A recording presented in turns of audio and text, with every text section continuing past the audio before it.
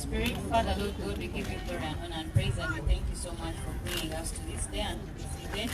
We thank you for the leadership and guidance you continue to give Uganda, especially under you, under NUP.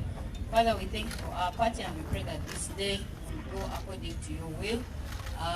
Tusaba tuleme kuzoganizibwa mu mbeera yonna, tukole emikolo gyaffe tukimalirize bulungi n'abakulembeze baffe bonna be tutambudde nabo.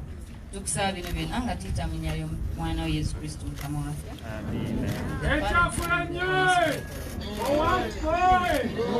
Thank you. People power. Our power. NUP. Everywhere. Please take your seat.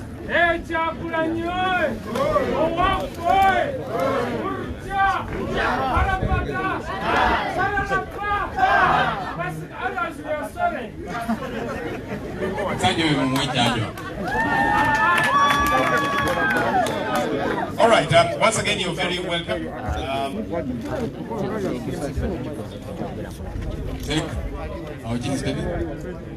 All right, we have been and continue to welcome people into our party, the National Unity Platform. We have been unveiling leaders that have been coming through the past couple of days at all levels, various people. The other day we had a number of artists that came through, and this is going to keep happening continuously. We'll be unveiling leaders and all manner of people who are saying that they want to join NUP and be part of the cause that we are on. Today, we want to do the same. We have a couple of leaders and several other folks that are joining us that we are going to be unveiling. I am going to request some of my comrades who will be coming to read up these people. They'll come and they'll take a picture with our team leader. Let me invite Chairman Nyanzi Utuwawatu. He's going to read to us some councillors that set us up. People power. Our power.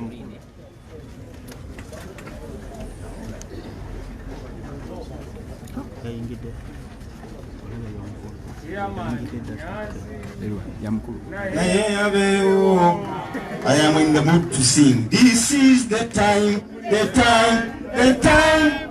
This is the time to say goodbye. Nobody wanga remedeko, remedeko, remedeko. Ateka uteko kina. Nobody wanga kakutemu, kakutemu, kakutemu. Nobody wanga kakutemu. Ateka uteko kina. People power, our power, our power. People power. NUP, everywhere, everywhere. NUP, everybody. NUP, even me. NUP, Kamocha. NUP, Uganda. NUP, even here. NUP, ha ha. NUP, hi hi. NUP. Mr. President and team, let me take this opportunity to read these names. The people have decided to join the National Unity Platform. Right here with us we have the Right Honorable Speaker of KCCA and Haji Abubakar Kawalia.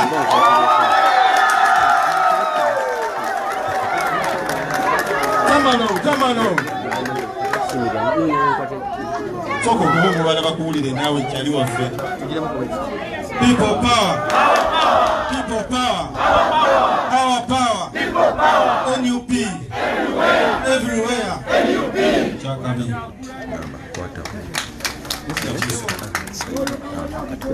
I also take this opportunity to introduce to you Honorable Lodi Councillor Segirinya Muhammadi.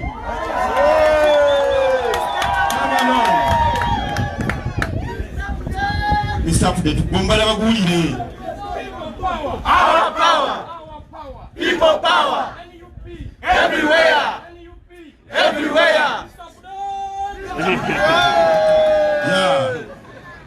I also take this opportunity to invite here the Lord Councillor Zamini Nasunge Masunge Nsibambi. Our power, everywhere, NUP. Maybe we'll give them a very big applause. These people come from a very strong party known as FDC. Legacy Commercial Interest Platform. Honorable Tibala Mule Ismail from Makine East.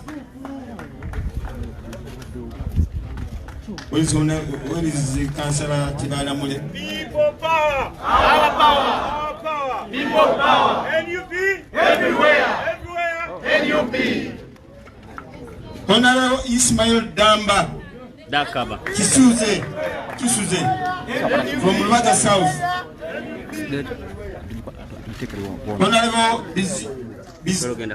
Bizitu Morrison Moses. This one is from Jinja. Is the Speaker of Jinja City.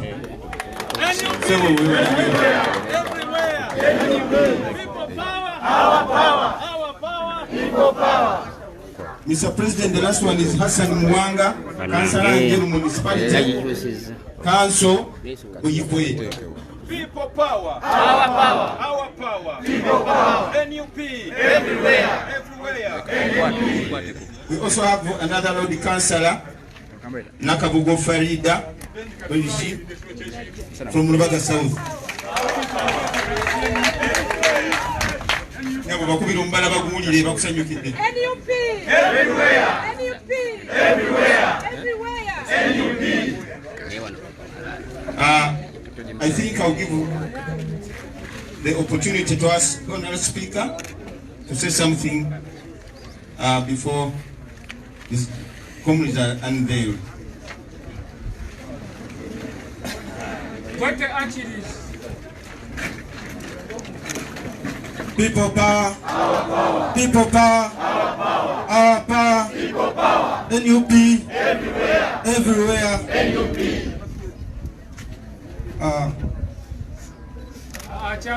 Let me take this opportunity to address this congregation. My humble request, I want to address this congregation in two languages, but I will start with the English, then I will summarize up with the local language where I belong to Uganda. His Excellency the President, the Secretariat, distinguished members of National Unity Platform in Uganda and the world over. The media ladies and gentlemen, it's my singular honor and pleasure to be here with you on this eventful day when I, in my capacity as the Kampala Authority Council Speaker, together with my colleagues, with a remarkable number of council members in charge of the capital city, make the right decision of joining National Unity Platform, the new political party anchored on the people power agenda. When I say this, I mean it. Mr. President, I want to assure you that even others are still coming. I have managed to get only 7 members, but I assure you, by the end of this month, the whole of Kampala will be shining with color red all over. In the same spirit, Mr. President, allow me to applaud you for being a visionary and taking a step in the right direction by offering a change-seeking forces the NUP podium, hence further guiding the struggle.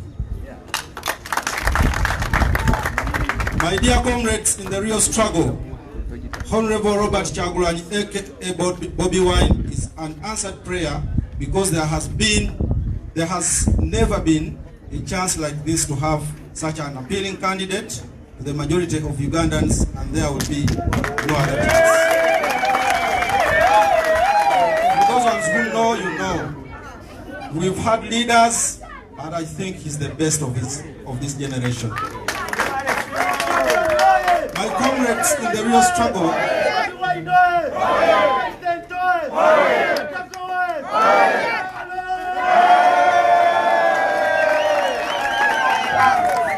I pledge ultimate support to my president and our party to mobilize at full capacity, hence canvassing support for NUP throughout the entire Kampala and the whole of Uganda, which falls under my jurisdiction, being the Speaker of our beloved city. In light of the above, we have already opened up the office as we talk right now. It's busy coordinating the activities of NUP, and it is found in Nakulabi. So, Mr. President, I request you humbly to get one of these days, you come and lodge that office, because it is a very nice looking big office that you need to visit and talk to the people where I come from. So, members, kanzireko mulwe waffe sagadde kwogera bingi nnyo because obudde tulina butono. Abamu bajja kwebuuza lwaki tuvuddeyo gye tubadde, naye ffe abamu tulowooza this is the right time okufuna omuntu buli kika kya muntu gwe kikkiririzaamu. Abamu twavaayo mu 2018 ng'atandika ne tubeera clear, ne tubagamba leero tukkirize Yesu. Tusiima buli alina kyakoze mu struggle y'eggwanga lino, naye tukkirize nti omulundi guno abavubuka basaba muvubuka munnaabwe. Era njagala okwebaza abatambuza ekibiina kyaffe kino kukituusa gye kyava paka we kituuse. Tuwulira waliwo abagala okuzoganya naye basaaga, balimba weekiri era kijja kubeerawo paka nga tutuuse mu nsi ensuubizo. Nja kwebaza Mr. President ne ttiimu yo gye mukutukulembedde mu lutalo luno, era naffe tukusuubize ng'abakulembeze b'ekibuga Kampala abaweereza nti tugenda kukolera wamu okulaba nti eggwanga lyonna lyakaayakana ne kkala yaffe ya red. Twafunye okutiisibwatiisibwa, waliwo abagamba nti kkala tugiveeko, naye mubagambe kkala red entegeeza musaayi.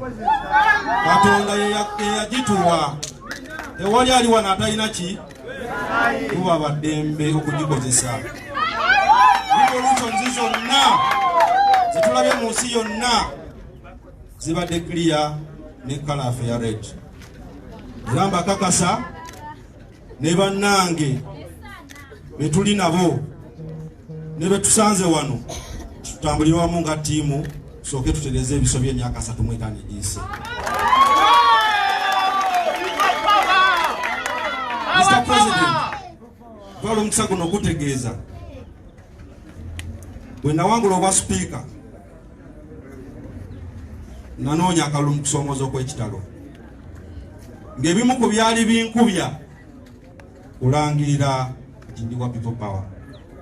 Era bwe nawangula nafuna amasimu gagaŋŋaana okujja wano, naye nabagamba nze siri munnanfuusi era twamaliriza tuze tulaze ensi Speaker w'ekibuga Kampala People Power.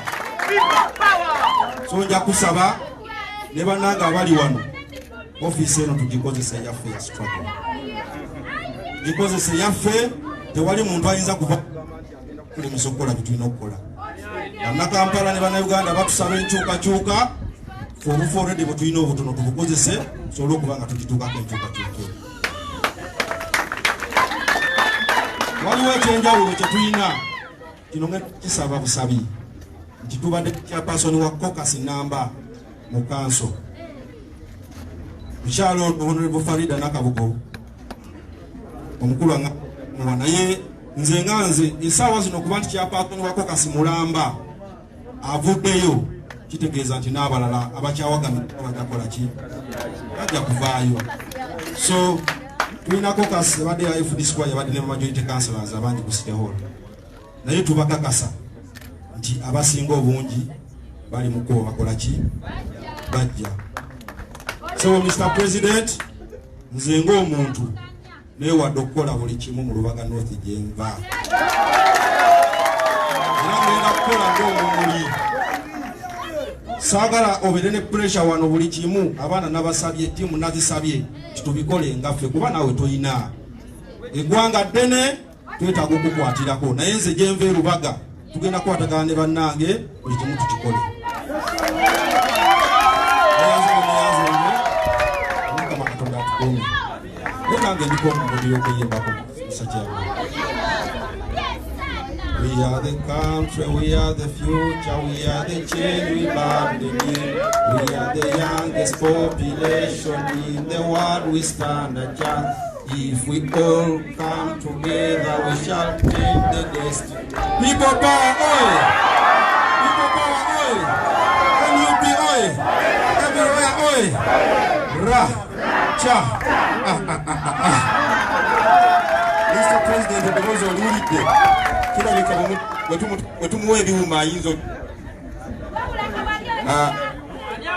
For gender balance, I'll take this opportunity to request Madame Farida to say what.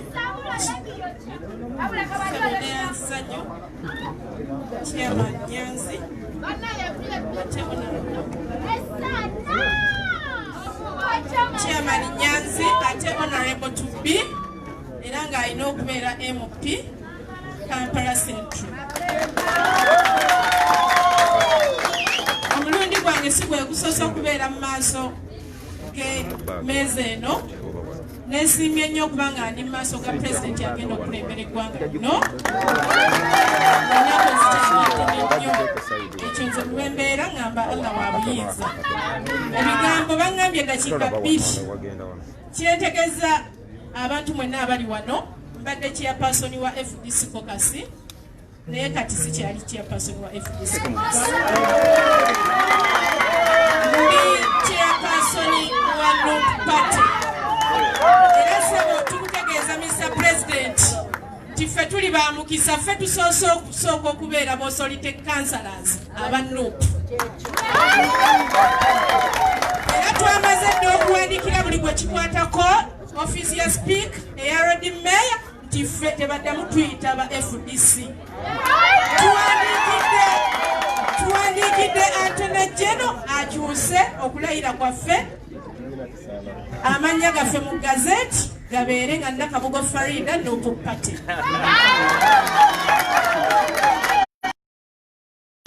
Bakansala bange Zamini bonna bali kakiiko Masunge aka NUP party. NUP etandise n'ensonga era etandise n'abantu ate nga mukulembeze. Era ssebo okumanya tweronze dda nkwanjulira Tabalamule, Honorable Tabalamule Road Councillor ye Chief Whip ow'abakansala aba NUP party. Emirimu gy'ekibiina ssebo President twatandise dda ogitambuza mpaka nga tumaze okufuna obuwanguzi. Tukusuubiza nti tuli bantu bakozi ne gye tuvudde tulese bakaaba maziga. Era tugenda kukolera ddala tubalage nti tetuvuddeyo mu bubi naye tuvuddeyo mu kulaba amazima n'ekituufu. Ate ekisinza otusanyusa nti we tuli tutebenkedde tuli waka ddala. Ekyo kyekisinza okunsanyusa kyoba olaba mbadde enkolera ewa neighbor n'enteekamu amaanyi gonna ate olwo ewange wenzadde kijja kusinga.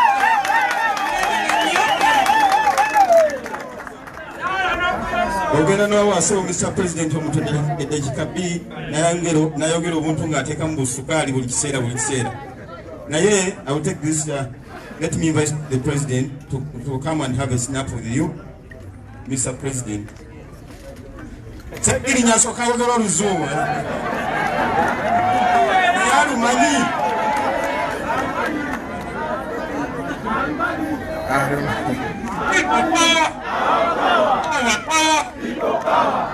His Excellency, the next President of Uganda, invited guests, ladies and gentlemen, Sekiri Nyamwamadi is my name, Lord Council representing Kawempe North, MPP Kawempe North constituency.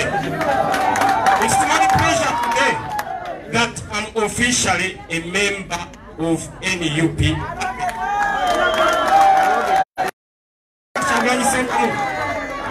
have been to village mobilization, mobilizing the masses that we must support Honorable Robert Kyagulanyi Ssentamu as the next president of Uganda. I'm assuring you we will win with 95% respect.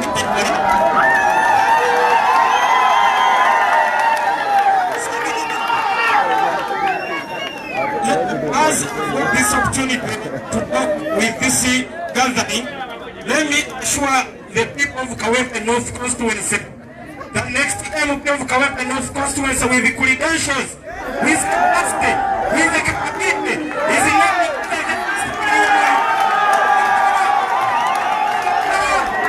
Thank you so much, Mr. President.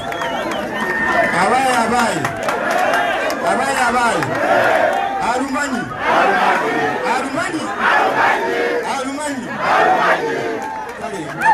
Kwajja okufuna ekifaananyi n'abakungu bano abimba akayimba kano. NUP is our party. NUP is our party. NUP is our party. NUP is our party. Kyagulanyi is our president. Kyagulanyi is our president. Kyagulanyi is our president.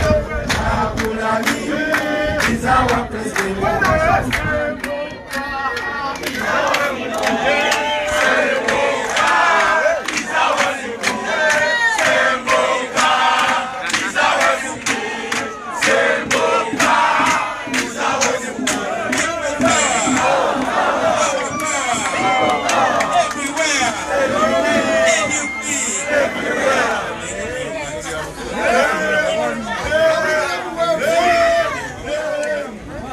President ayogera. Basibone banyabo kya kitibwa nnyo okwaniriza ekibiina kya National Unity Platform ekiri wansi w'ekisinde kya People Power muganda waffe mulwanyi munnaffe era mukulembeze munnaffe Right Honorable Speaker wa Kampala muganda waffe Kawalya Abubakar.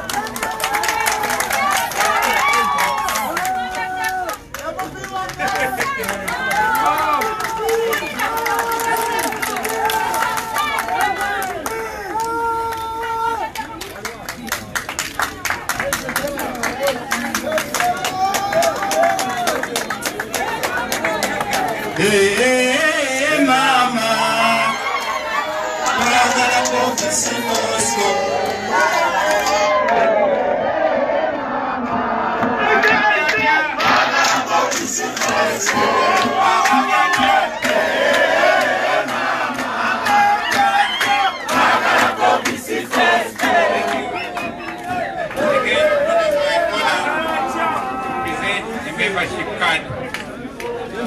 Comrade Muhammad Sejirinya, also known as Mr. Update.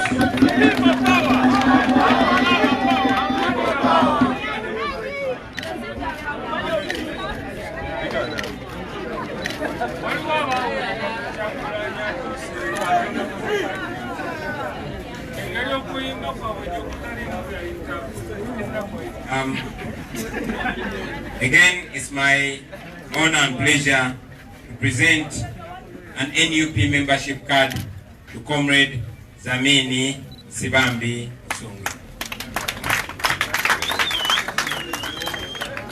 Mama mbungiro ugalu bannaye.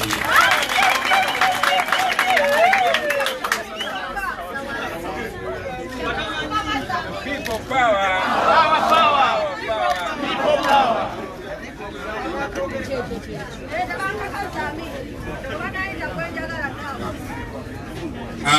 It's my pleasure and honor to present the NUP membership card to Comrade Lubalamule Ismail.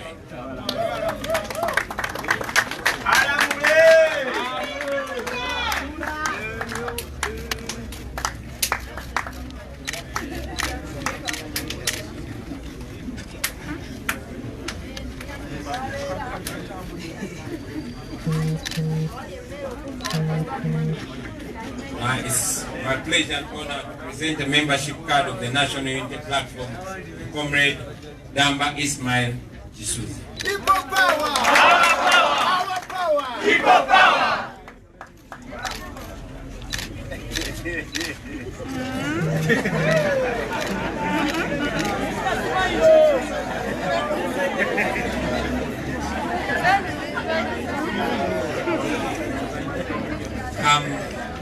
My pleasure and honor to present the NUP membership card to you, Comrade Visitu Morrison Moses. People power! Our power! Our power! People power! Ngobi.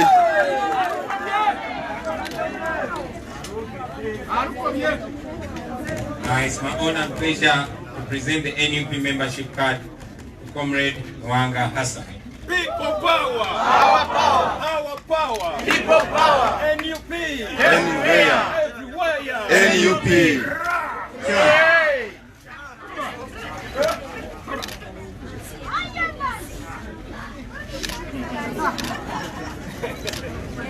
People power! Our power! People power! And it's my pleasure and honor to present to you Comrade Nakapo Farida, NUP membership card. Kokasirida.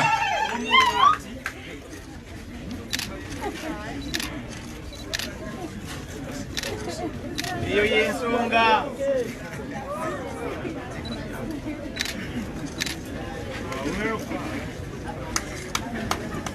Tumutwala muzeyi tumutwala tumutwala kakuta tumutwala people power our power people power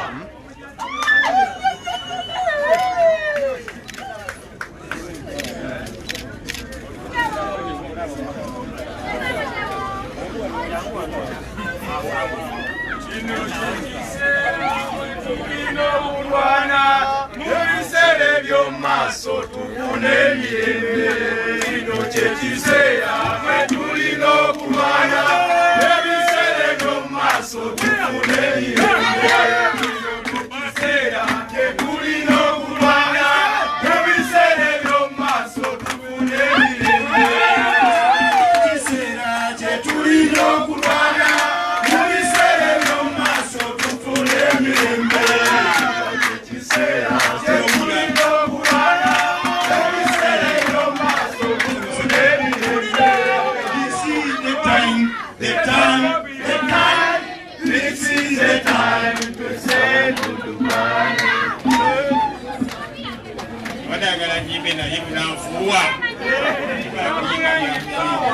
We mwaka pera.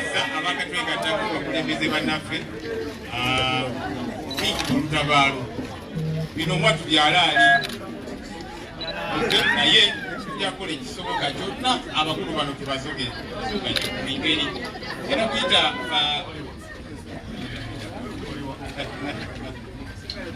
we're now going to invite welcome some division councillors that are also joining the National Unity platform.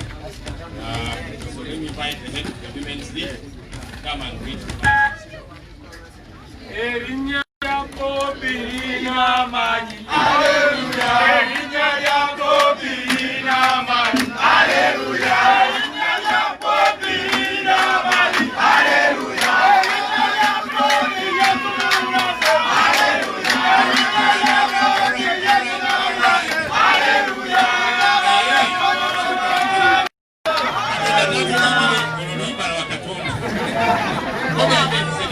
Let you peace my religion. Let you peace my religion.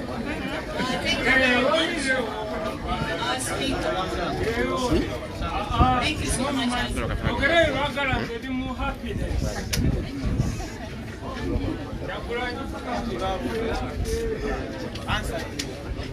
So together with the Councillor by Division, whoever that is called, you will come and take and get your receive your card. Yena kuita abakansila buli kwena asoma erinnya yagenda okujja ayimirire wano arisibenge kadi kuva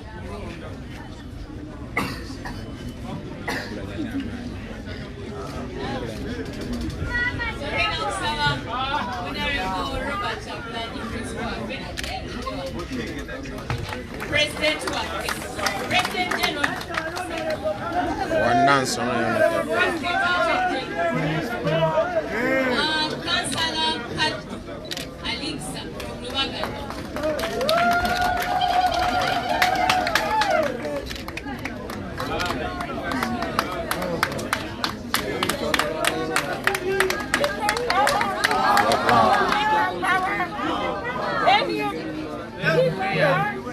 Yakomaski.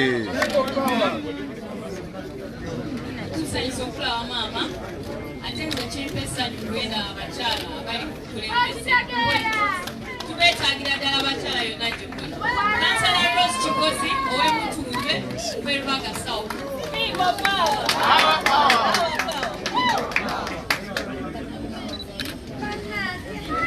Ane Kansala Kimatri okuva mu Lubya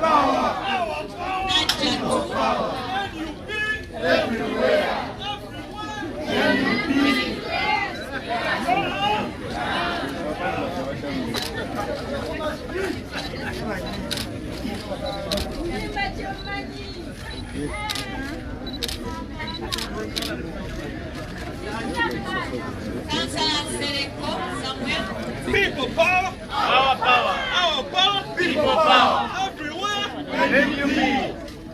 And lastly but not least, last but not least, Salongo Chambadde Fred Seka, NRM chairman, Seka.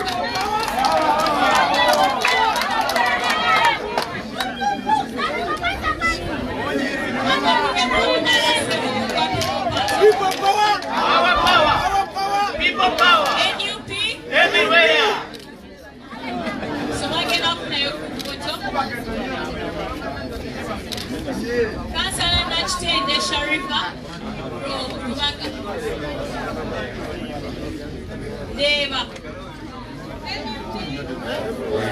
Otuuka wano tuuka. Councillor Nachitende.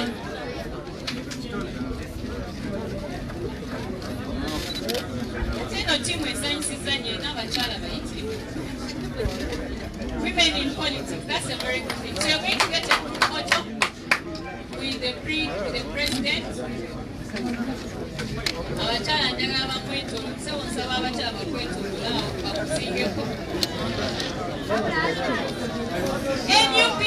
Everywhere. People power? Our power. Lay Councillor Namuli Janet. Nawe Musabo Joe twegatteko. Bakalindeko. People power. Our power. NUP. This is the time. This is the time to say goodbye.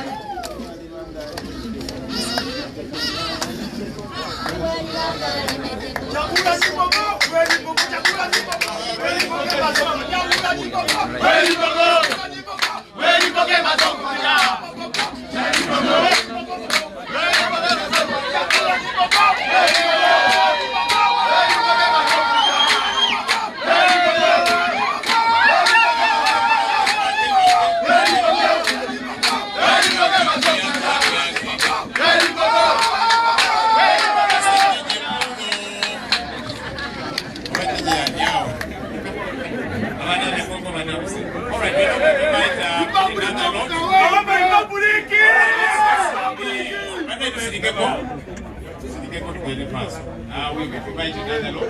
These ones are artists, entertainers, comedians.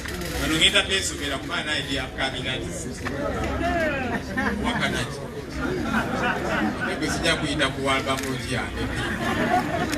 Alright, let's invite this man. I didn't even know his real name. But I have learned it today. Uyonjo Hussein Ibanda, aka Swengere.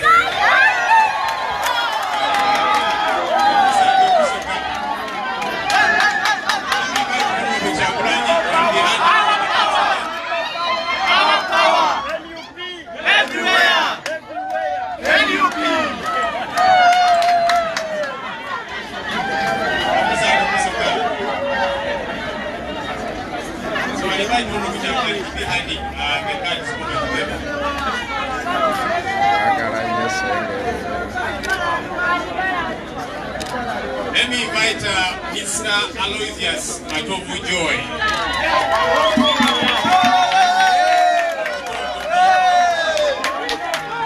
Our power!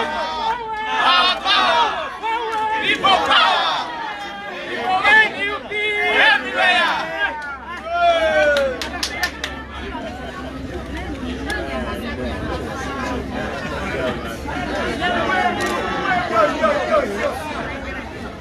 Again, I go also, God.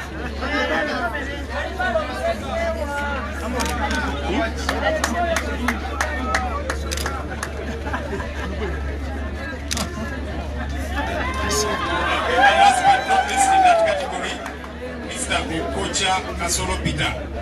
Masingo Kumanyaga Kasolo Peter. People power!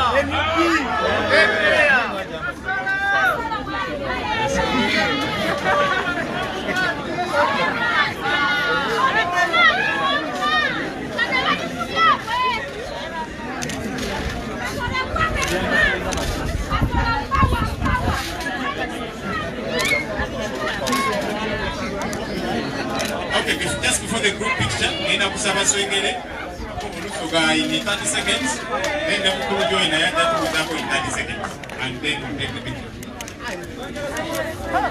People power, our power. People power, our power. NUP everywhere, everywhere. NUP.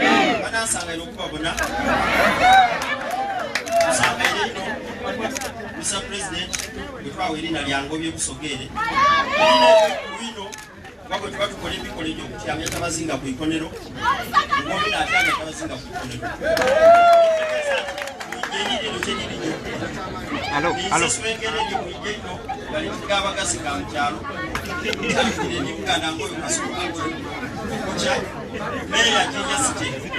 Akasante otudde wamu. Akasante otudde wamu. Sikali kwa abantu akasa ibisuti kwati kule lijo kulaida. People power, our power, our power, people power.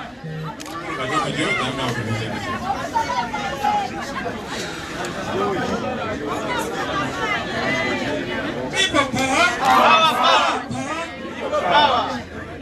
Zendi musomesa, muchimanyi. Ndi muyimbi, naimba dda, esibayimbiremu, tebijja kunyuma. Ate bwe sibatontomeremu, tujja kukuba amayinja. Ebyo byegenda okuyimba ku pulogulama tukubikwata. Omuntu bw'akugambanga nti akooye, kikkirize kigaana aba akooye. Akooye bikulaga nti akooye. Era mwakatoola mu bwongo.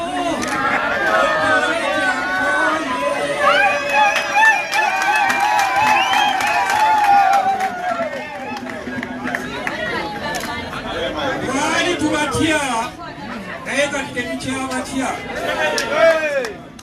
Kyenva mbakiina nga mbatendereza, ne neegomba nannyo obumu bwammwe obukiza omusaayi amazzi. Mwajja na omulamwa okulumirirwa olw'ekigendererwa. Mwalinga abaliko gye mweyongera ne mwefuula abeggamya enkuba, ne musembezebwa ku lujjuliro, olwo ne mulwefuga ne mwebegera. naffe ne mutandika okutubegera ate nga mutubegera kunyi bubegezi nga mukunyuulako bukunyuuzi enva ne muzeesenera ekitwa n'ennuuni ne mubiryabo n'enkoko nkulu ne mulira bwatu kiino otulo ne tufuluutira ddala mwesolosa mu kisenge n'ekitanda ne mukiwalampa ab'okumukukiriro mwabasenza okukola bamaama ab'oku kisenge ne mubawundulamu abaana mbu kutta mukago kawulenga n'omukago gwammwe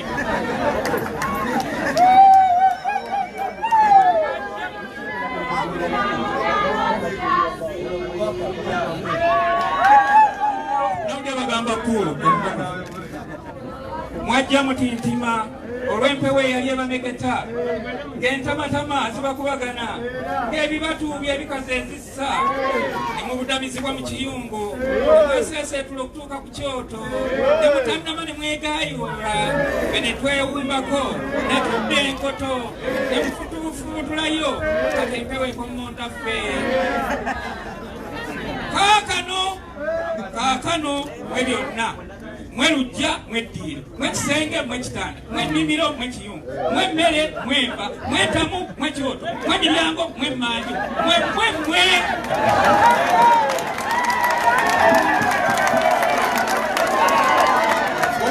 kuno mweteesa kutuŋŋaamira kyasa kiramba ku ntegeka n'enteekateeka mukokota munne wa kukumba atuumibwa Kinyanku bwe mwayima okuyimirira okweyimirira abayima gye baayima oluyimba oluyimirizaawo emize egisaanyaawo ebisaza ffe mu kakyo kano abeesembereza mwewuunya abakwana mwekengera abaganza mukeneka akabata gwempagira abaŋŋanga bwengoberera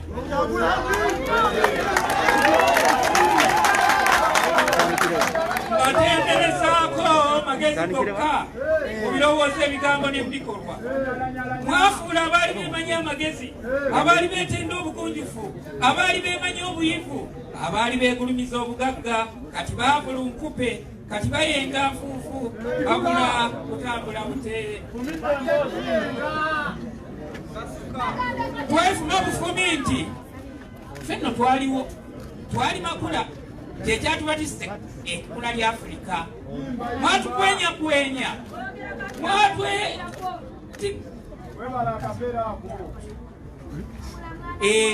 mwatwetikirako olubengo mwalulindiggula ku lwazi ne luvaamu obubengobengo ko ffe nti mengo lwazi twekiina nnyini twekudaalira obumu twasigaza bwa buteegatta bwakwekotoggera bwakweryamu nkwe bwakwenyumiririza mu buwambe naye kati emboga ewaguza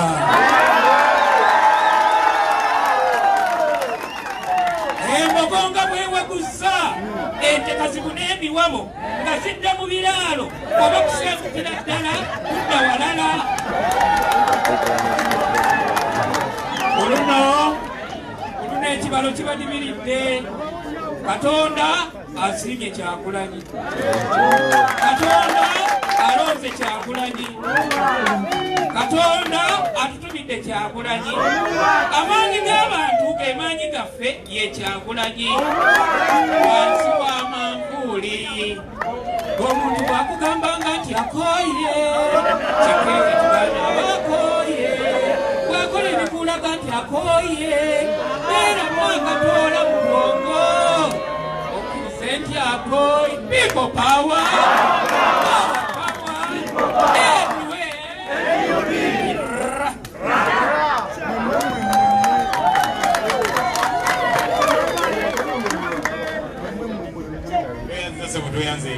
kati banakuba kifaananyi genda kuyita secondary genda kuyita Bobi Wine ayongereko katono kuwaba entertainer badde then abekuza ekifaananyi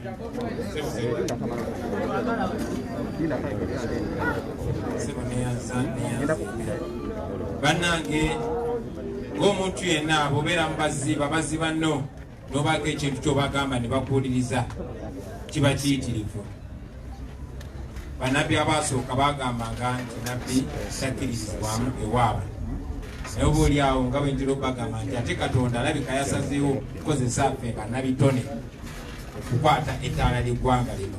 Kimpanya essanyu okulaba nga buli lunaku wakati mu kutiisibwatisibwa wakati mu kugulirirwa bannabitone bannaffe bafuna obuvumu obuyimirira ku mazima. Badde nga nkyogerako era nkyogerako ne leero nti bannange kabeere munnabyabufuzi kabeere muyimbi kabeere muzannyi wa katemba navaayo n'alaba ensonga mumuwulirizeemu. Nze kamwa koogera basebo ne bannyabo emyaka 4 egiyise nali soogera bino. Bannange bangi wano abalwanizi b'eddembe abamu nga bayita mu byogera kabala bayita mu kwesimbawo bakolanga bino nga basinga tunyumirwa ndongo. Naye bwe navaayo ne ŋŋamba ekimala kimala mwanzikiririzaamu. Temwatunuulira biseera byange biyise, temwatunuulira buvubuka bwange, ne mwagamba bwe weeyungidde ku lutalo tugende mu maaso, temwakomawo ne munkwasa n'obukulembeze. Mbeera yemu baganda bange njagala obbakunga nti buli munnaffe avaayo n'alaba amazima tumwanirize. Waliwo luno olutalo abalweyungako emyaka 2 nga sinalweyungako. Waliwo abalweyungako emyaka 10 egiyise. Waliwo abalweyungako awamu nange. Waliwo abalweyunzeeko jjo. Waliwo abajja odweyungako enkya. Naye buli ajjanga bannange mumwanirize. Mwegendereze ensonga eno nti omu ku ffe wakati mu kutiisibwatiisibwa oba mu kugulirirwa. Museveni ne banne bwe batufuga obubi bwamuyita ajaguza nnyo n'agamba twavubye. Naye ate omu ku banyigirizibwa bw'avaayo eri newankubadde abadde alimbibwalimbibwa n'atwegattako ebiseera ebisinga tubakubamu nnyo ebituli. Nsaba obbakunga baganda bange nti buli avaayo n'agamba ndabye amazima tumukkirize alabe amazima. Oba yagalabye mwaka guwedde oba yagalabye jjo abeera agalabye. Tukkirize omulamwa guno gugende nga gugejja.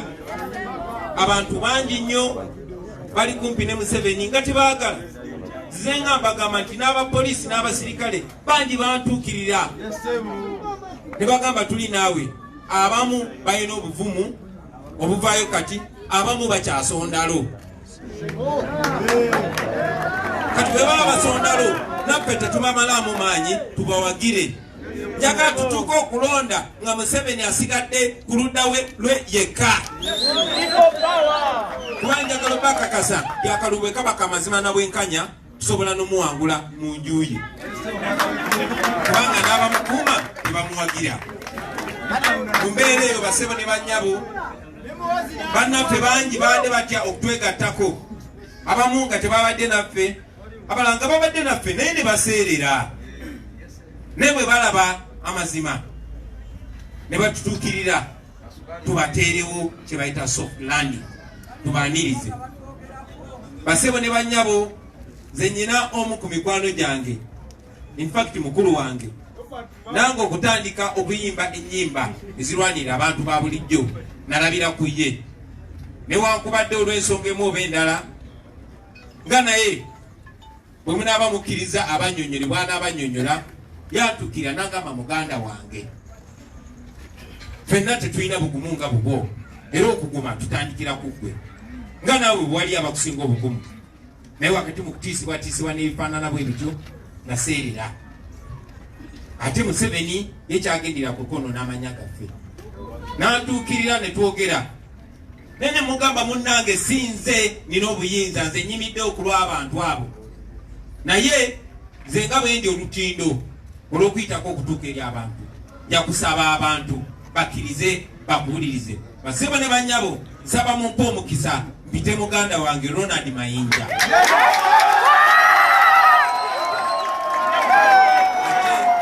Ayogereko gye muli basebo ne bannyabo.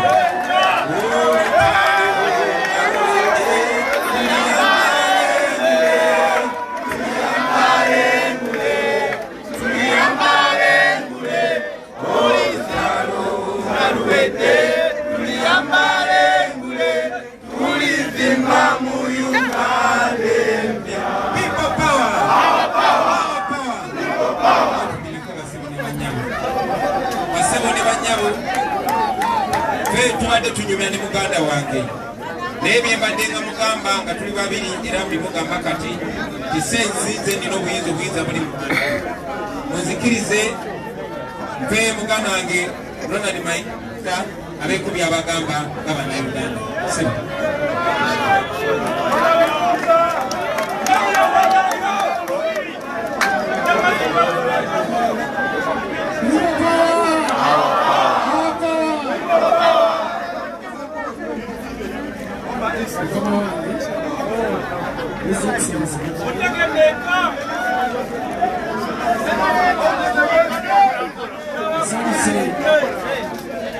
Saiso kubako mukama wange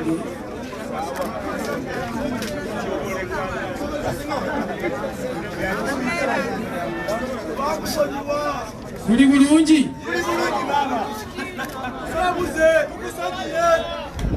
kakano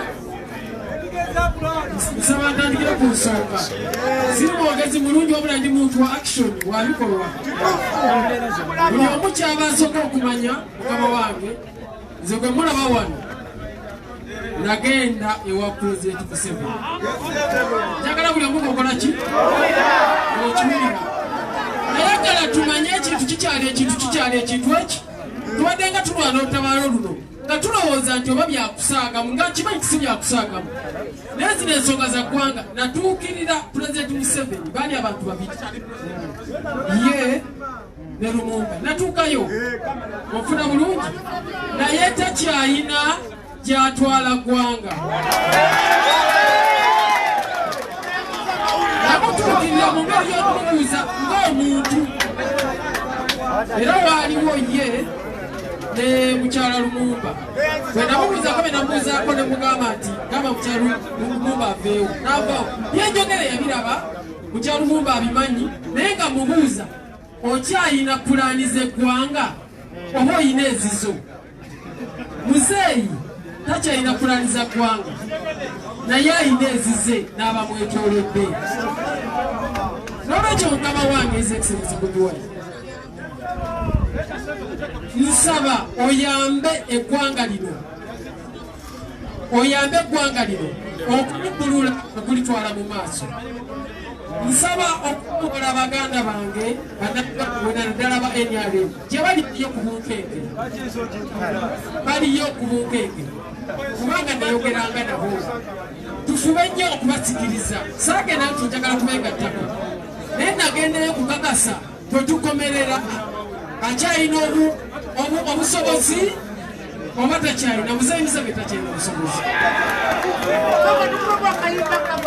babyesaba abo bakyanyiga emitima abantu bangi bamenyeka omutima banadi bayinja lwaki webasebwa enyali okusooka nsaba kunsonyiwa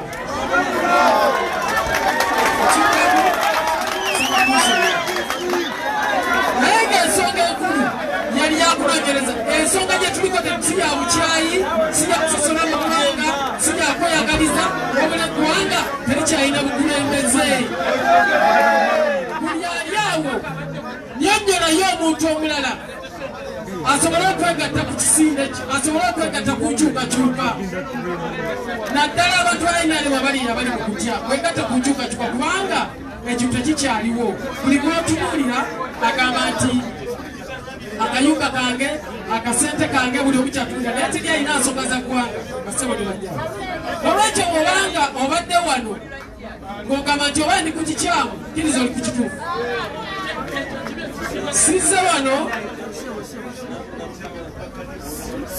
wano kubagamba nti oba nzize ninaane mukulu wange byobufuzi Bobi Wine nti oba mpa ekaadi ngende neesimbewo nti nfuna obugoberezi sigenda kwesimbawo sizza konna kakofiira nti ngenda kukola ki wabula nayagala kunoonyereza kikye tugoba era omuntu yenna ng'oli ku kaadi ya nuupu ng'oli ku kaadi ya nuupu weneetagisiza nsobola weseetagisiza sija tetuliko gwe mulama sizza wano okunona kaadi nti oba ngende neesimbewo eggoba kulwa katusooka tuleke wano kuba mujjaga nti Katonda kigwanyiza nonye kadi akole ki sigenda kwesimba naye bagamba nti eggwanga lino lifune enkyukakyuka ey'omugundu okuva 2021 n'emyaka egirijja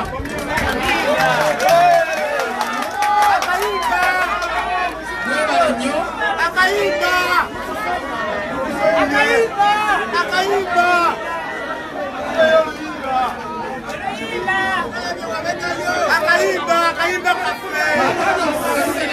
ndoza mwagala kayimba olutalo twalutandika ffenna era tulimu ffenna waliwo olutalo lwatandise nga siri mu lutalo waliwo ensonga yaze nga siri mu ki yensonga ya nuupu lwate mumpa ku kadi ya nuupu ne tulwana bulungi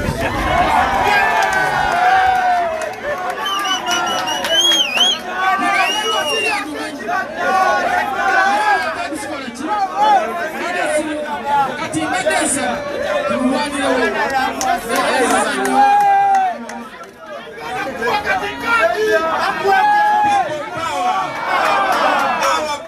People power. Our power. People power. Nasebo ne banyabo njagala okusooka okubeebaza olw'okulaga obukulembeze n'olw'okulaga nti tetulwanaga naffe nga ffe wabula tulwanira ggwanga lyaffe ate tulina omulabe omu kibeera kikulu nnyo okutereeza ebintu ebirala byonna byonna naye ate kiba kikulu okutereeza wajemba ndi musanyufu kubanga bannabitone bannange balaba ensonga era kati bagigoberera era njagala okubeebuuzaako baganda bange nti muganda waffe nze namwaniriza kuba muyimbi munnange naye ate ndi mukozi wammwe ndi muweereza wammwe abaffe muganda waffe tumwanirize ebale nnyo kino nno njagala kisindike obubaka eri bannaffe bonna abaserebu bonna ne ba artisi bonna nti uganda ebaagala naye ateyagala nnyo nga muli ku ludda lwayo abaffe ne kadi tumuwe NUP bulijjo mumusonyiye mwagiriza banangezaani awakanya ekintu abantu kibagambye kwetunwa kadi anabayimbiramu muganda wange abantu okubagatta basabye bayimbiremu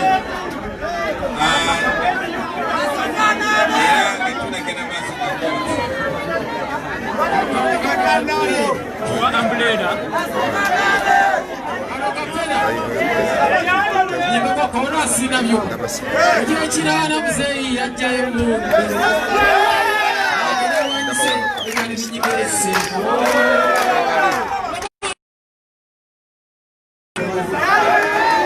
kutereka abantu n'abajjako ebyabwe n'okutwalibwa mu makomera nga tebalina misango abamanyi b'ensokozesa obubi omuntu yaleeta muzeyi n'agenda mu nsiko ayina biseeru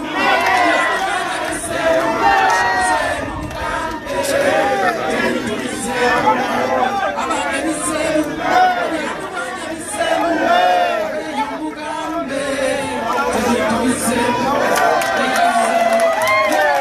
Our power.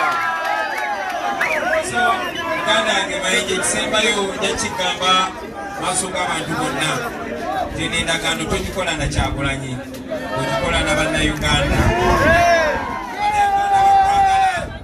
bannayuganda bagoberera bannayuganda bakukkiririza ne bannayuganda banyiiga nnyo bwe balaba omuntu gwe beesiga nga balimu nsaba obeere mugumu ne bwe balireeta emundu ezenkana zitya bazindetera naye nkyaliwo buli kyabugagga eri Uganda era eddoboozi lyo likozese kuba bannayuganda n'omugambo ogwo nkozesa omukisa guno okukwaniriza mu National Unity Platform era n'okunga bannayuganda bonna bakwanirize mu kubanga oyo asobya eyetunda alyanyirizibwa penalty bibano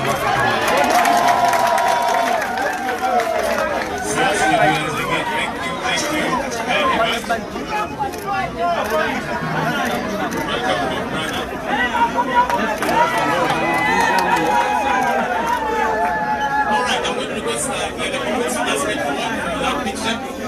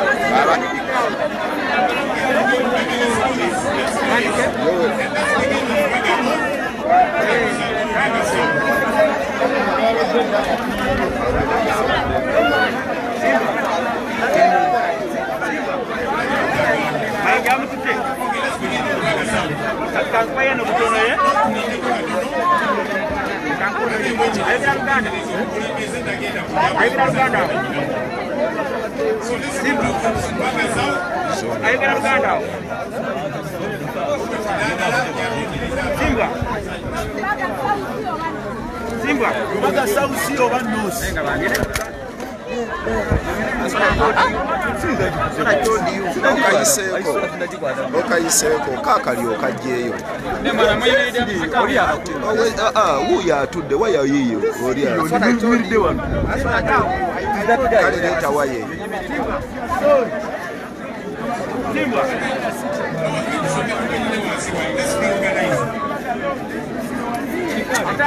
tekutuse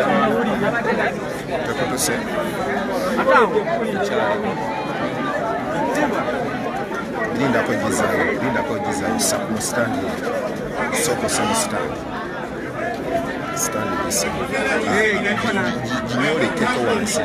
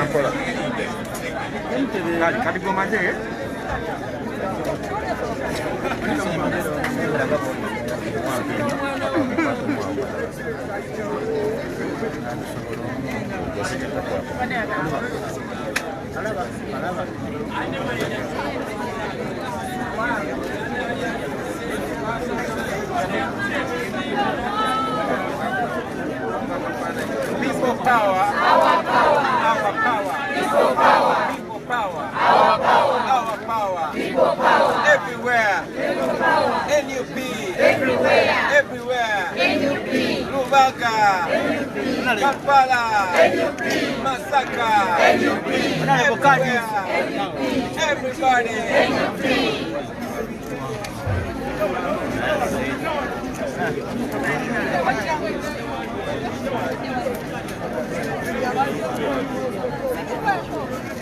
Let's invite the other batch so that we finish this meeting.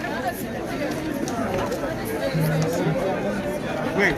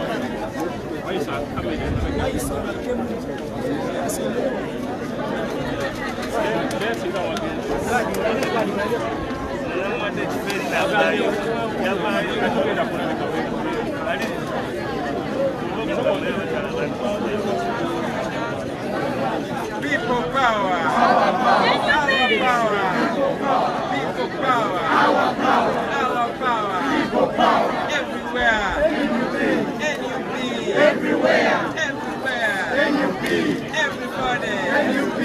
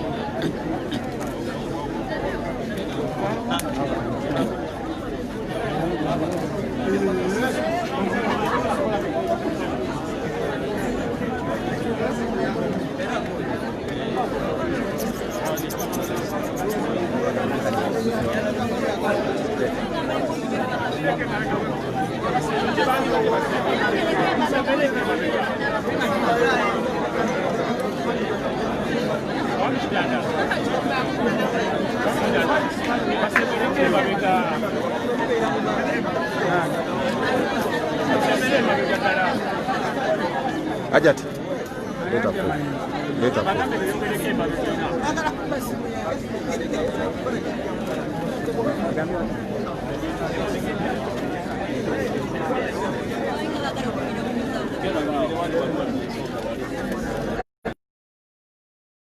Ajat. Eno ya president.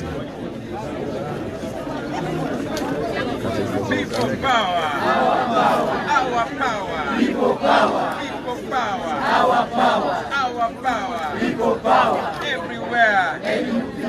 NUP. Everywhere. Even here. Okay, thank you. Let's have another group coming over.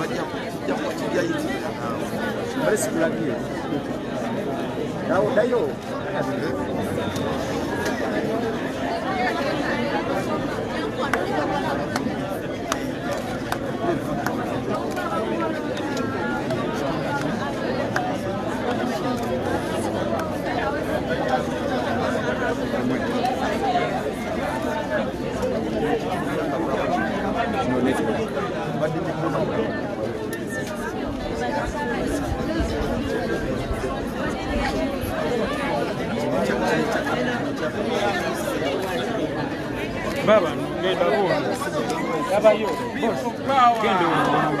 our power, NUP, everywhere, yeah.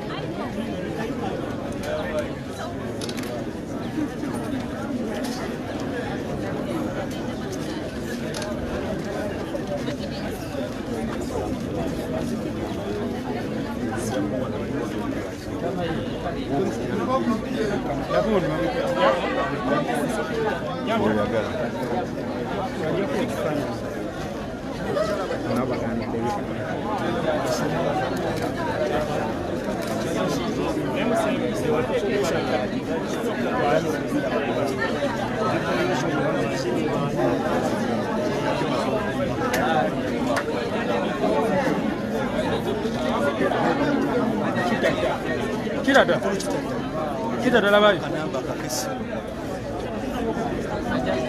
Yang kuat dan apa? Kita.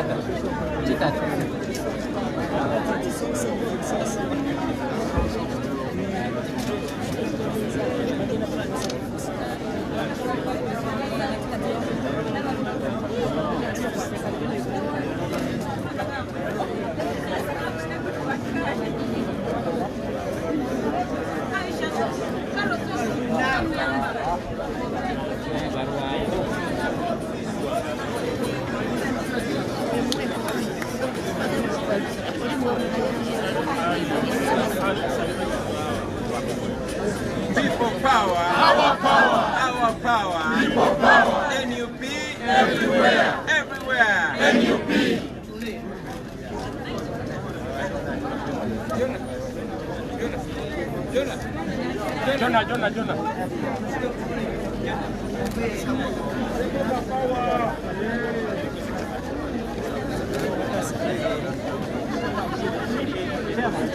Chairman.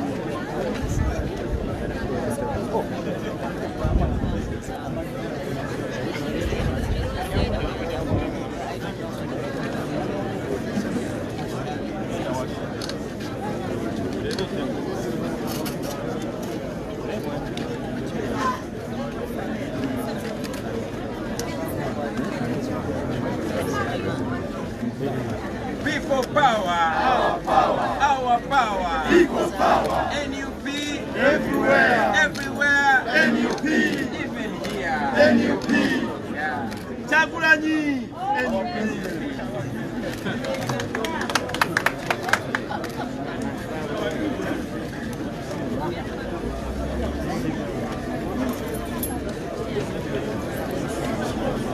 Okay, I understand that we really need to wrap this up. I'm told that people from Kawembe, please come very quickly so that we think that last scripture will be done in that episode. Kawembe Republic, but they can't do this one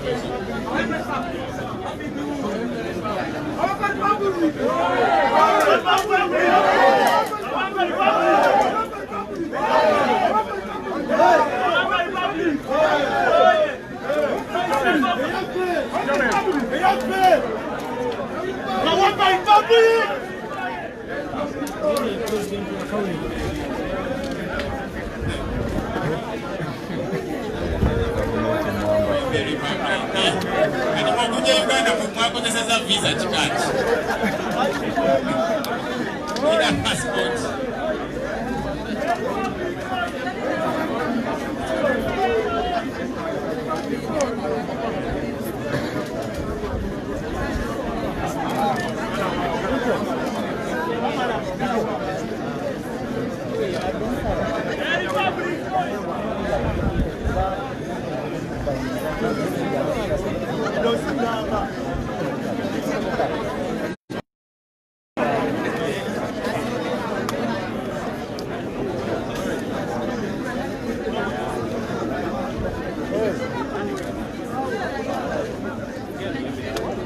Yawuzemu ebibinja bibiri.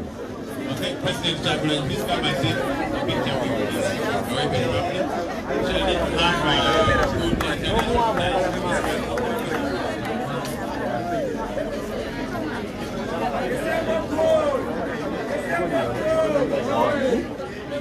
health minister of Kawembe Republic, Professor People power. People power. Our power. People power. NUP. Everywhere. NUP. Kawembe. NUP. Makerere. NUP. Even here. NUP. People power. Our power. People power. Okay, thank you, Kawembe Republic. Let's now clear this entire place.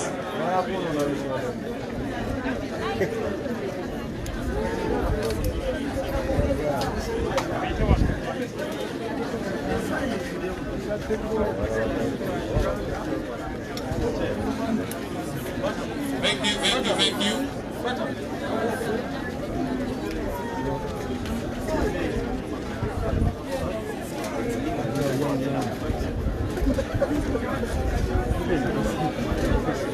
Okay, thank you. Let's clear this entire place.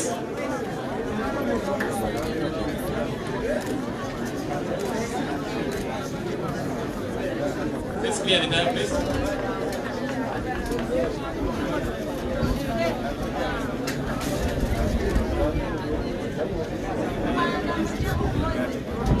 All right, we are scheduled to take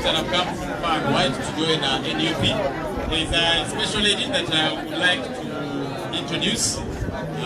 She's called Mrs. Rebecca Mayengo. Please come and our team leader requests you to come and take a picture with Mama. She's she's the wife to OHT for Israel Mayengo. You're welcome, Mama.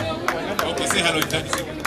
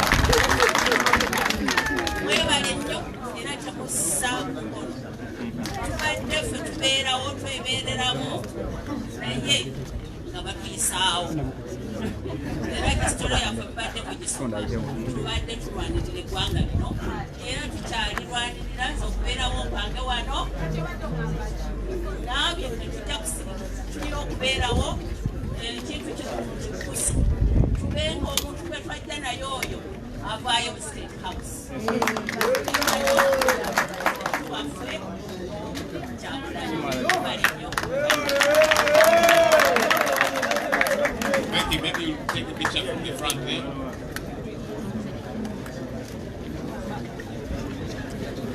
People power! Our power! Our power! People power!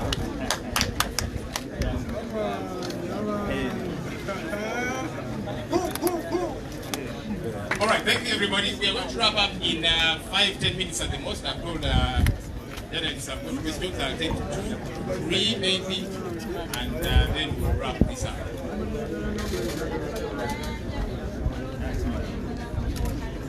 I told you to have questions, but they were lying. They've been answered, right? Okay, great. We'll just emphasize that we are in a period, of course, of recruiting members to join the NUP, the National Unity Platform.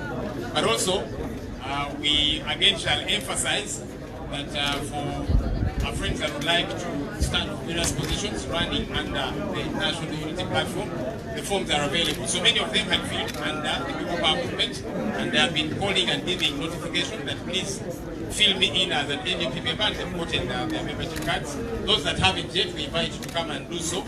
We are going to do this for the next about 2 weeks, and this program will end on the 21st of this very month. That's about 2 weeks from now. So all those that would like to run various positions under NUP, those that haven't contacted us yet, please do contact us. But those that are able to come, please do come and fill those forms such that it is clear there, because many had indicated independent and several other political parties, but now they are calling us saying want to fill that and NUP. Tukyali mukawefube ayimiriza abannaffe abatwegaddako mu kibiina kyaffe ekya NUP platform era nga tutegeeza bannaffe abali bajjuza form nga bajjuza eza People nga baagala okukolesebwa People abamu nga independent abalala nga bava mu bibiina eby'enjawulo abasinga batukubidde amasimu nga batugamba nti kati mukyuse muteeke ewaawo NUP era kandi abasinga bazifuna era abadde tebannazifuna nga beegwanyiza okuyimirira abifo ebyenjawulo nga bayitiramu NUP. Tubasaba oba muyinza n'okujja foomu ne muzijjuza eza NUP kafuba oyo agenda kutwala wiiki nga 2 era tugenda kumugalawo nga 21 omwezi gwennyini. Thank you everybody, thank you for coming through. Once again, welcome to our colleagues that have joined us. Now there's a journalist who has remembered that she has a question. I didn't see your hand. All right, yes sir.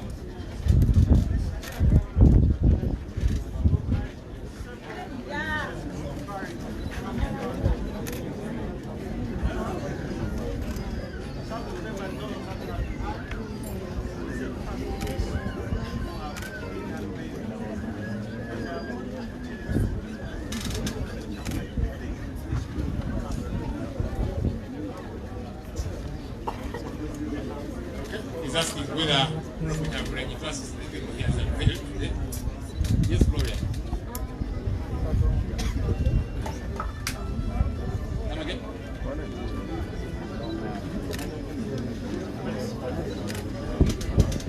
Okay, she's asking us about million balls.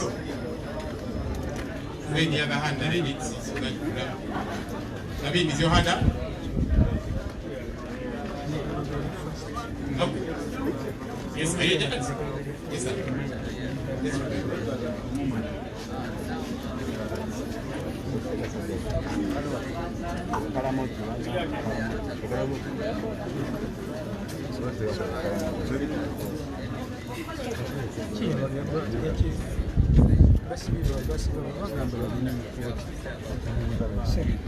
Okay, I'll answer that one since it's coming. I was spoke about the question of colors. Look, we as people, as power the movement, which now acquired political party, the National Unity Platform, NUP, under our constitution, as a political party, we have 3 colors that are provided for in the NUP party constitution. That is red, white, and blue, everything. And we are using all those 3 colors. I have had chance to read the UPC party constitution. It provides for 3 colors. It provides for red, blue, and black. And they use all those colors. Several other parties use different colors. JEMA, one of their colors is red.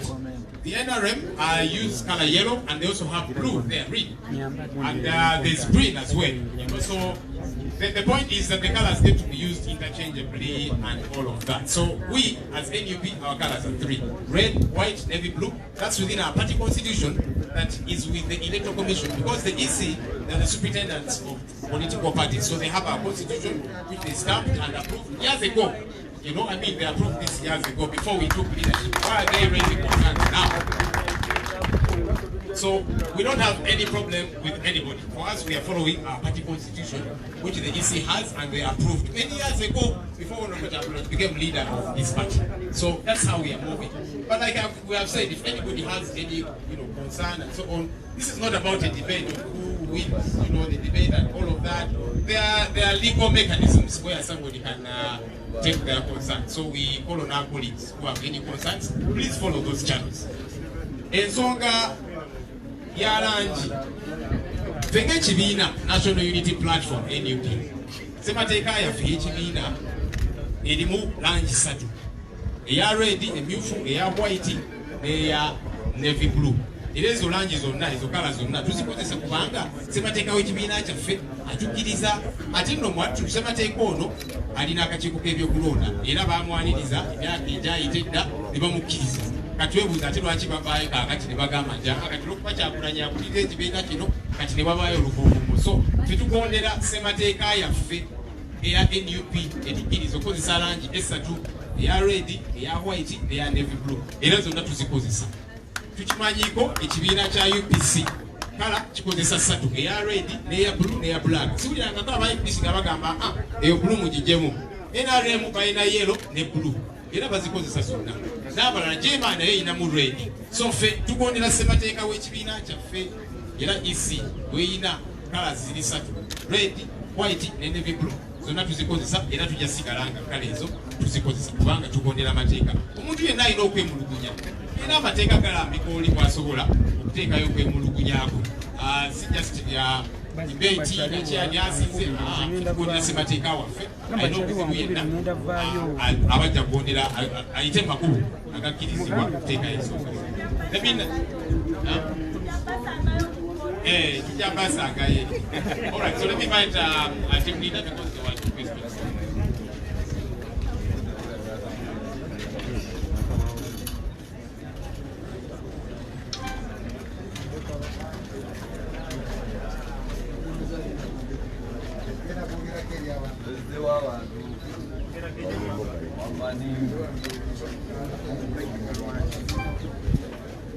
Thank you very much, Comrade Joel.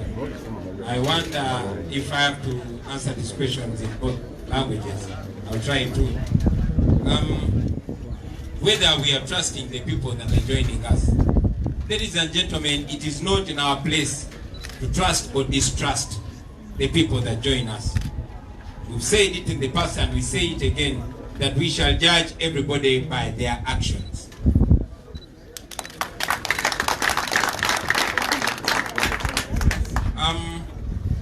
About the opinion polls, well, we've not read the details of the opinion poll. After we read, we shall see how to respond to it. However, I must remind all of you that President Museveni has read and reread the dictator's handbook. Every election cycle, he either presents people purportedly defecting from his opponents, or he uses fake companies to produce fake opinion polls so that he can hoodwink the people. But we are a generation that is beyond him. We do things realistically. Everybody can see what's happening in the country.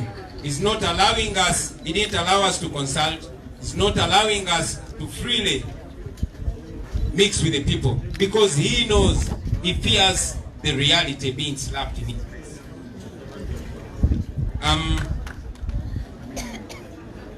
Yeah, and finally, my brother Joel Senyonyi answered the color question very clearly. I'll just add my appreciation to the UPC party. I thank them for coming out and clarifying that they are not the ones against us. It is Mr. Byabakama and the so-called Independent Electoral Commission. You see, like Joel put it, it is not only UPC or NUP that have red. He just didn't mention, but even NRM has red. If you look at their badge, even JEMA has red. And this is a party that was registered 16 years ago. Nobody came up with that complaint. The Electoral Commission registered that party. They never came out with that complaint. But we know that the Electoral Commission has been used all the time to sabotage the teams that are threatening the dictatorship. You know that as soon as it was known that the People Power leadership had actually taken over the leadership of the National Unity Platform, 7 of the senior officials in the Electoral Commission were fired. We are reliably informed that the president could not believe that we could outsmart him.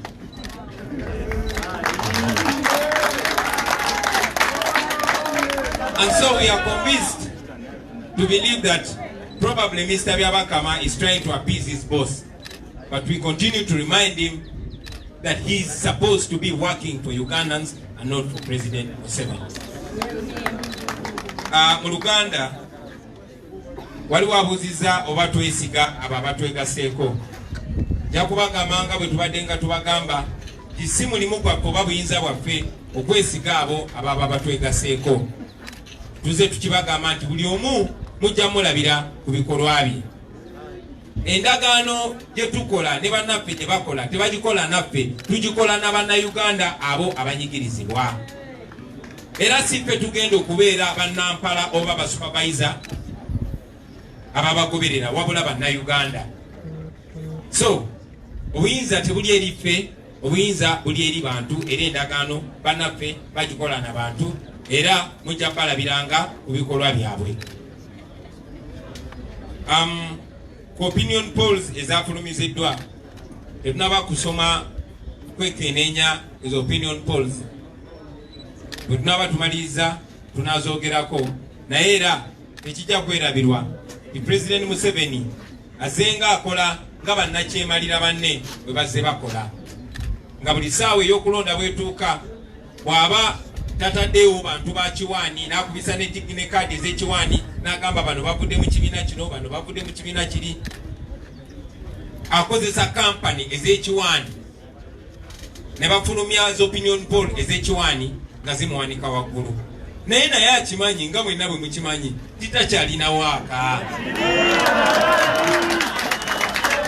Era eyo y'ensonga lwaki tayagala tusisinkane bantu. Yeyo y'ensonga lwaki tayagala wabeerewo zi rallies, kuba amanyi tujja muswaza. Amanyi nti abantu bajja kuvaayo mu bungi bamulage nti tebamuwagira. Kale nno ebyo tebibawuddiisa, tebibabuzaabuza. Ky'omukisa omulungi ti buli muntu yenna asobola okukola opinion poll ze. Njagala okusoomooza ku ssaawa zino buli muntu yenna alina following oba social media oba ku mikutu egy'enjawulo akole opinion poll eyiye eri accessible eri abantu mulabe. I want to challenge every company or every initiative or every individual that has a following to put an opinion poll either on social media or on their radio or TV stations, and you will see the real voice of Ugandans. Ikisembayo ensonga ya langi emmyufu gye badde nga boogerako gyekayanirwa ekibiina kya UPC. Njagala okwebaza obukulembeze bwa UPC olw'okuvaayo okuttaanya ensonga eno, olw'okuvaayo okweyawula okwawukana n'obuswavu bw'abo abatufuga. Badde bagezaako okukozesa UPC okwekweka mu bigendererwa byabwe. Nga munnange Joel Ssenyonyi bw'abannyonnyodde, gye bibiina bingi nnyo, ze DP yokka gye mmanyi eteyina langi ya red, naye JEMA eyina red, UPC eyina red, NUP eyina red, ne NRM naye eyina red mu kabonero kaayo. Ekitongole ekiteekateeka okulonda ekye-Electoral Commission kyawandiisa ekibiina kya National Unity Platform emyaka 16 egiyise, era nga langi zaffe eziri mu ssemateeka waffe ezawandiikibwa mu kakiiko k'ebyokulonda ziri 3: emmyufu, enjeru neya navy blue. Era bw'oba otunuulidde kkaadi yaffe, kale ezo zonna kweziri. Naye tumanyi bulungi nnyo nti bwe baamanya nti Kyagulanyi n'aba People Power kati be bakulembera National Unity Platform baatya nnyo. President Museveni yali takkiriza nti tusobola omuyita kuli talaba. Kubawo nnyawo. Era bwe kyamugwa mu kutu nti kaakati Bobi Wine n'aba People Power kati bwe bakulembera National Unity Platform, yagwawo ekigo. Era mwena mukimanyi gyoba oli awo yensonga lwaki bagoba abakungu ba Electoral Commission bonna ne mwami Ntalemwa yali yesudiiza ennyo mu eyo office. Era tulina okukkiriza nti mwami Byabakama agezaako kusanyusa boosi we naye aleme mugoba. Naye ate kya buswavu nnyo omuntu amanyi amateeka nga yali na mulamuzi ate okukozesebwa okuvulunga amateeka. So njagala okubagumya mwena abali eyo gyabadde tannaba kwambala red, gyambale ng'ogyambala kulumya.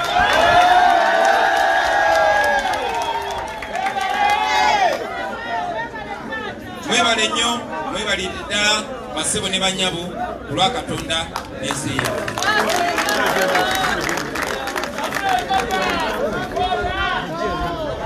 All right, thank you very much, the Party President of the National Unity Platform.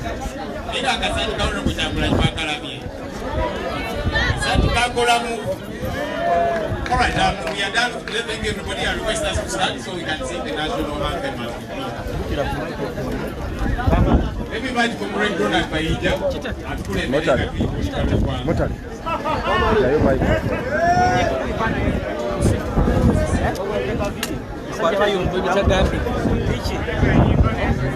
Maria, kola speed.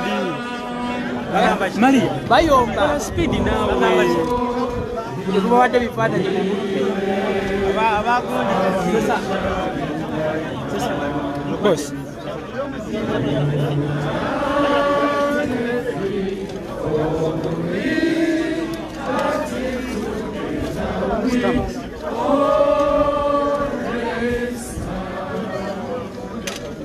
Oh. NUP.